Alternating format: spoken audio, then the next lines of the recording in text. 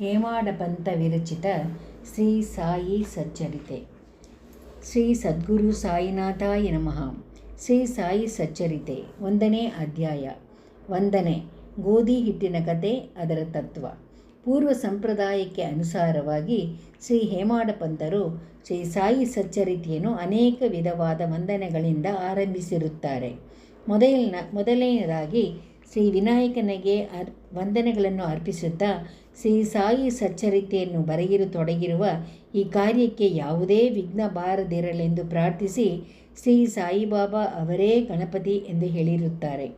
ನಂತರ ಈ ಕೃತಿಯನ್ನು ರಚಿಸಲು ಸಾಕಷ್ಟು ಹುಮ್ಮಸ್ಸನ್ನು ನೀಡುವಂತೆ ಶ್ರೀ ಸರಸ್ವತಿ ಮಾತೆಯನ್ನು ಪ್ರಾರ್ಥಿಸಿ ಶ್ರೀ ಸಾಯಿಬಾಬಾ ಅವರು ಶ್ರೀ ಸರಸ್ವತಿಯಲ್ಲಿ ಐಕ್ಯವಾಗಿ ತಾವೇ ಸ್ವತಃ ತಮ್ಮ ಜೀವನ ಚರಿತ್ರೆಯನ್ನು ಹಾಡುತ್ತಿದ್ದಾರೆ ಎಂದು ಹೇಳಿರುತ್ತಾರೆ.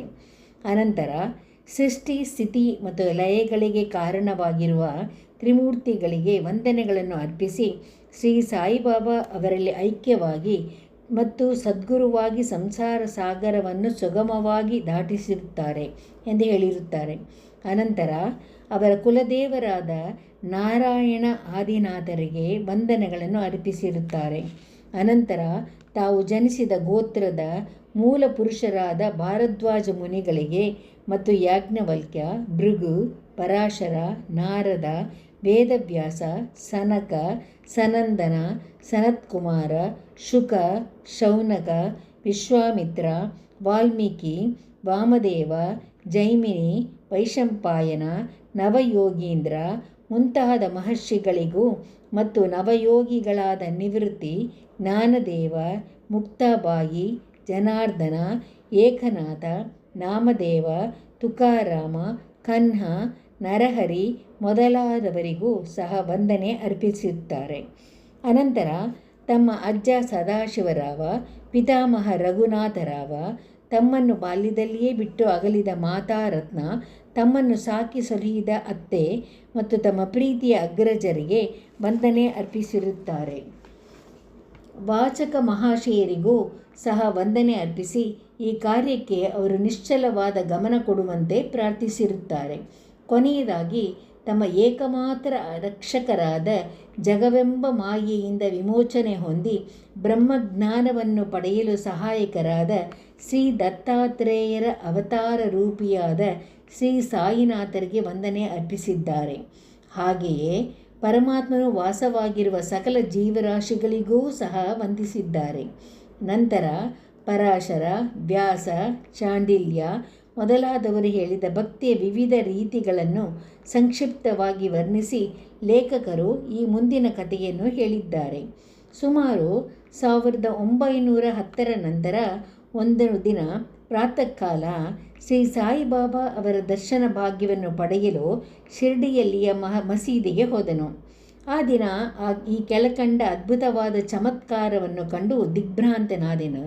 ಶ್ರೀ ಸಾಯಿಬಾಬಾ ತಮ್ಮ ಮುಖವನ್ನು ತೊಳೆದುಕೊಂಡ ನಂತರ ಗೋಧಿಯನ್ನು ಬೀಸಲು ತಕ್ಕ ಸಿದ್ಧತೆಗಳನ್ನು ಮಾಡಿಕೊಂಡು ಹಿಡಿಯಾಗಿ ಗೋಧಿಯನ್ನು ಬೀಸುವ ಕಲ್ಲಿನೊಳಗೆ ಹಾಕಿ ಬೀಸುತ್ತಾ ಕುಳಿತರು.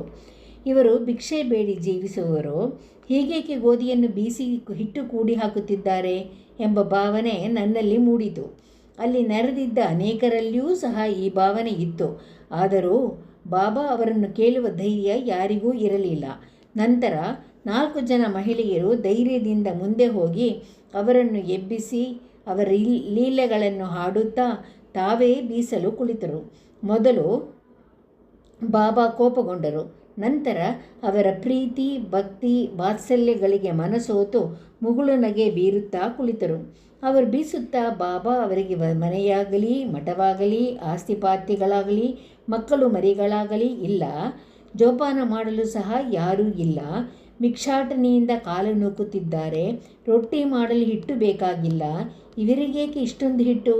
ಬಹುಶಃ ದಯಾಳುವಾದ ಇವರು ನಮಗೆ ಈ ಹಿಟ್ಟನ್ನು ಹಂಚಬಹುದು ಎಂದು ನಾನಾ ವಿಧವಾಗಿ ಯೋಚಿಸುತ್ತಾ ಎಲ್ಲವನ್ನು ಬೀಸಿ ಮುಗಿಸಿ ಹಿಟ್ಟನ್ನು 4 ಭಾಗ ಮಾಡಿ ಹಂಚಿಕೊಂಡು ತೆಗೆದುಕೊಂಡು ಹೋಗಲು ಸಿದ್ಧರಾದರು. ಇದನ್ನು ನೋಡಿ ಅಲ್ಲಿಯವರೆಗೂ ತಾಳ್ಮೆಯಿಂದ ಇದ್ದ ಬಾಬಾ ಒಮ್ಮೆಲೇ ಕೋಪಗೊಂಡು, ಮಹಿಳೆಯರೇ, ನಿಮಗೆ ಹುಚ್ಚು ಹಿಡಿದೆ? ಯಾರ ಅಪ್ಪನ ಮನೆಯ ಆಸ್ತಿ ಎಂದು ಹಿಟ್ಟು ದೋಚಿಕೊಂಡು ಹೋಗುತ್ತಿದ್ದೀರಿ? ನಾನೇನಾದರೂ ನಿಮ್ಮ ಮನೆಯಿಂದ ಗೋಧಿಯನ್ನು ಎರವಲಾಗಿ ತಂದಿರುವೇನೇ? ಈಗ ಹಿಟ್ಟು ತೆಗೆದುಕೊಂಡು ಹಳ್ಳಿಯ ಸುತ್ತಲೂ ಒಗೆದು ಬನ್ನಿರಿ ಎಂದರು. ಈ ಮಾತನ್ನು ಕೇಳಿ ಅವರು ಗಾಬರಿಗೊಂಡು ತಮ್ಮಲ್ಲಿಯೇ ಬುಸುಗುಟ್ಟುತ್ತಾ ಬಾಬಾ ಅವರ ಆಜ್ಞಾನುಸಾರವಾಗಿ ಹಿಟ್ಟನ್ನು ಹಳ್ಳಿಯ ಸುತ್ತಲೂ ಚೆಲ್ಲಿ ಬಂದರು. ಆಗ ನಾನು, ಬಾಬಾ ಹೀಗೇಕೆ ಮಾಡಿದರು ಎಂದು ಶಿರ್ಡಿವಾಸಿಗಳಲ್ಲಿ ಪ್ರಶ್ನಿಸಿದೆ. ಅವರು, ಕಾಲ ಅಂಟು ಜಾಡ್ಯವು ಹಳ್ಳಿಯಲ್ಲಿ ಹರಡಿದೆ, ಅದಕ್ಕೆ ಇದು ಬಾಬಾ ಅವರ ಚಿಕಿತ್ಸೆ. ಹಿಟ್ಟು ಮಾಡಿ ಚೆಲ್ಲಿದುದು ಗೋಧಿಯನ್ನಲ್ಲ, ಕಾಲರಾ ಕ್ರಿಮಿಗಳನ್ನು ಪುಡಿ ಮಾಡಿ ಹಳ್ಳಿಯಿಂದ ಆಚೆಗೆ ಚೆಲ್ಲಿದ್ದಾರೆ. ಇದರಿಂದ ಕಾಲರಾ ಜಾಡ್ಯವು ಕಡಿಮೆಯಾಗಿ ಈಗ ಜನರು ಸುಖವಾಗಿರುತ್ತಾರೆ ಎಂದರು. ಈ ವಿಷಯವನ್ನು ಕೇಳಿ ನಾನು ವಿಸ್ಮಯಗೊಂಡೆ. ಆಗ ನನ್ನಲ್ಲಿ ನಾನೇ, ಗೋಧಿ ಹಿಟ್ಟಿಗೂ ಕಾಲರಾಗೂ ಇರುವ ವ್ಯಾವಹಾರಿಕ ಸಂಬಂಧವಾದರೂ ಏನು? ಈ ಘಟನೆ ವಿವರಣಾತೀತ.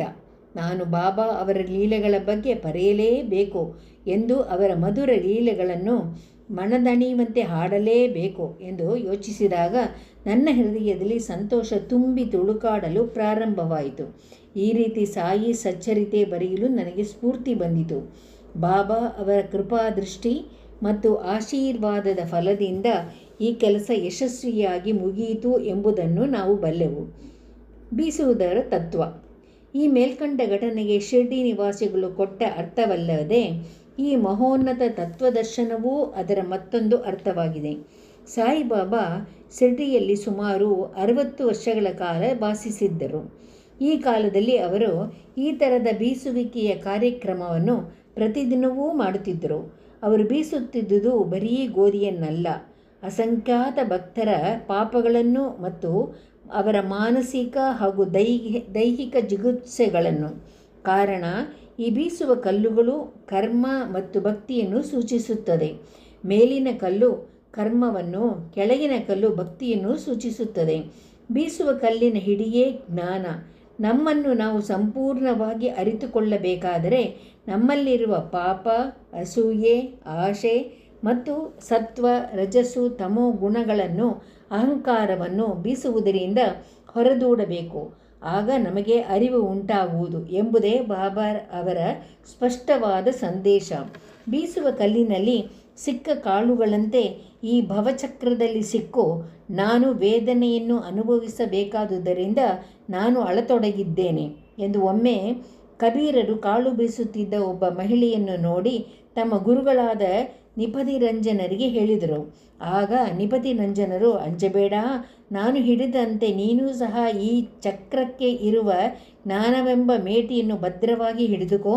ಅದರಿಂದ ಅತ್ತಿತ್ತ ದೂರ ಹೋಗಬೇಡ, ಅಂತರ್ಮುಖಿಯಾಗು, ಅಂದರೆ ನಿನಗೆ ಖಚಿತವಾಗಿ ಕಲ್ಯಾಣವಾಗುತ್ತದೆ ಎಂದು ಕಬೀರರು ಉಪದೇಶಿಸಿದ ಕಥೆಯು ಈ ಮೇಲಿನ ಘಟನೆಯಿಂದ ನಮ್ಮ ಜ್ಞಾಪಕಕ್ಕೆ ಬರುತ್ತದೆ.